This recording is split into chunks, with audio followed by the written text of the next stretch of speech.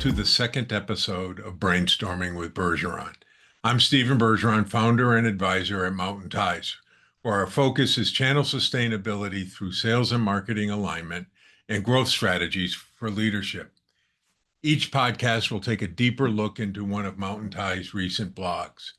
The sessions will be no more than 10 minutes with a goal of igniting new ways of thinking that help empower your employees and fuel new business growth. Today's podcast, the sales ecosystem. We're going to take a high-level overview of a basic 5-phase ecosystem. During subsequent sessions, we will look at individual phases in much greater detail. When properly followed and executed, this ecosystem will shorten your sales cycle, improve your close rate, and increase your gross margin.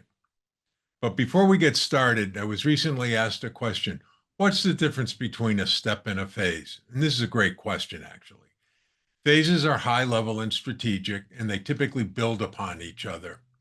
Steps, on the other hand, are tactical and live within the individual phases, more process-based, if you will. So for today's discussion, phase one is actually mind mapping, which is an internal discovery and understanding of who and what we are as a company. It helps us answer the why us question. It's also very important that we all participate in this. We need to be on the same page.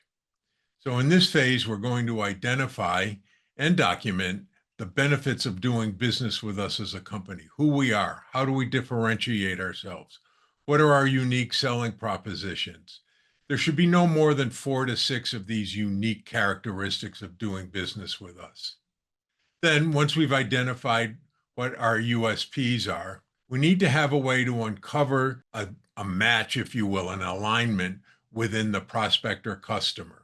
Again, there should be 4 or 5 conversational questions. This isn't meant to be an interrogation. As I stated earlier, all customer-facing employees should be present for both of these exercises. We must all be on the same page. The next challenge is, how do we get to have our prospect or customer relax and start to talk to us? So we've created a phase called story selling. Remember, people buy from people they know, like, and trust. So if we're having a conversation and we're going through discovery and we're learning more and more about the prospect, this is much different and better than a heavy-duty interrogation. So this is casual. Find out what the customer needs. Don't be afraid to share stories on how you've solved similar problems with other companies. Build confidence. The confidence building starts here. Sell as a team. Don't be afraid. Bring in king, queen, rook, KQR selling. So peer-to-peer. Have your president come in and meet their executives. If the customer is having a problem with service, bring your service engineer in. Prospects want to know that there is a team behind the sales guy. Don't be afraid to bring in subject matter experts. Think Herb Brooks in the 1980 Olympics Miracle on Ice movie. It's the name on the front of the jersey, not the back. Team selling. So in the first 2 phases, we understand ourselves. We understand all of the needs of the customer. Now we have to deliver our message to that customer or prospect. Our next phase is the proposal phase. So now that we've uncovered who we are and what the needs of our prospect and customer are, we have to report that we are uniquely positioned to solve their problem. Follow again with the USPs, uniquely positioned to solve their problems. And we do this through a proposal process, not a quote. A professionally written proposal, okay, is going to show your professionalism, it adds to your credibility, and it ultimately builds value between you and your customer. Nothing can commoditize all your hard work faster than a 1-page email quote with 3 product brochures to the procurement team. Think executive summary. Your current situation, Mr. Customer, is this. Proves that you listened. We have solved this problem before. USPs. Then you include the pricing, terms, and conditions at the end. Make sure that your executive team is present with your customer's team. Again, team building, team selling. It's about the team behind the sales guy supporting the customer. Hopefully, through the first three steps, you've earned the right to continue to do business with this prospect. Now we have to have follow through. In the old days, it was QBRs, quarterly business reviews. In today's world, it's really about a joint business review. QBR, in my view, was always a look backwards. JBR is a look forwards and backwards, making sure that the decisions we made with the proposal that we're living up to them. The first JBR should be, hey, we think we're doing a great job living up to the proposal we submitted. What are your thoughts? Again, it's the customer's opinion that's most important here. So are we doing what we committed to? You should both have KPIs, key performance indicators, that prove that you remain in alignment and you're going forward. If you keep it at the sales level and the procurement level, you're not going to get that deep understanding. So you want to build it so that the team is included in this discussion. Deeper engagement equals a stronger relationship. Don't be afraid to share cool things that are going on with your company. Maybe you're going to uncover that your prospect or customer is actually looking at a growth spurt next year, and you have to be prepared for it.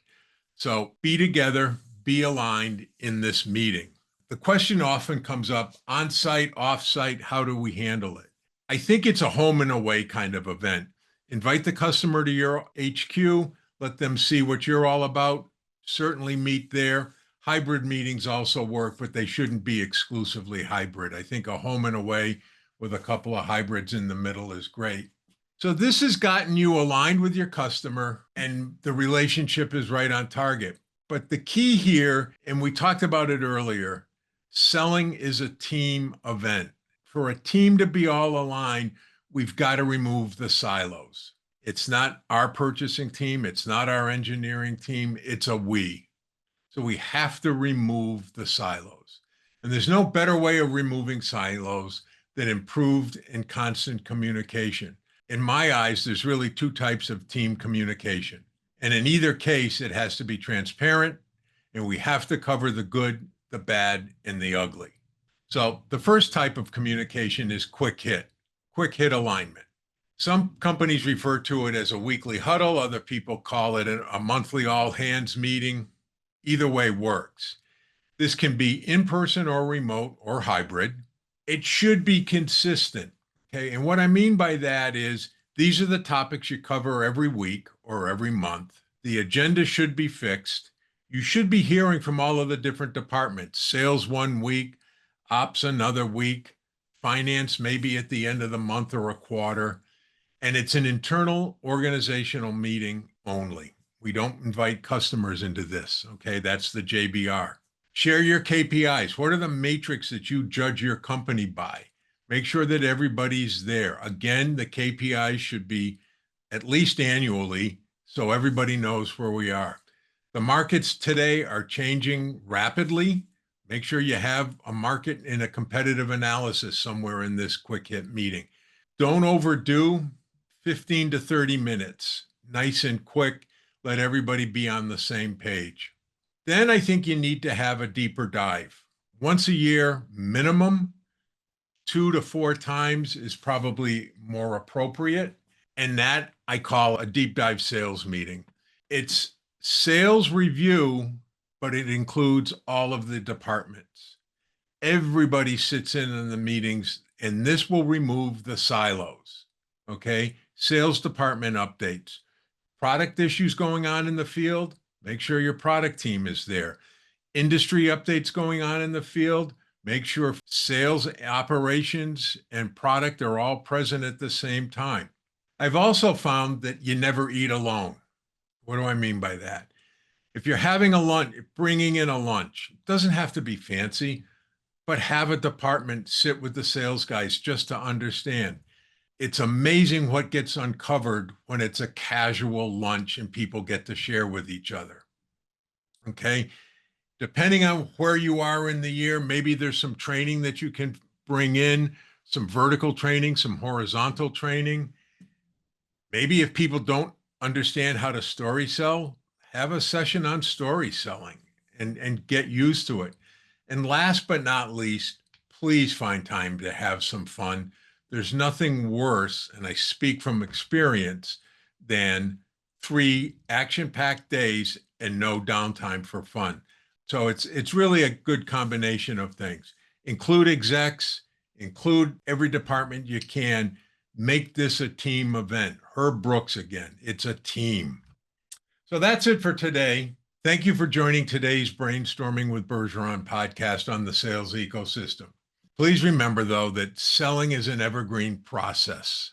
These phases need to be updated from time to time, sometimes quarterly, sometimes annually, as the markets and the customer requirements change. Okay.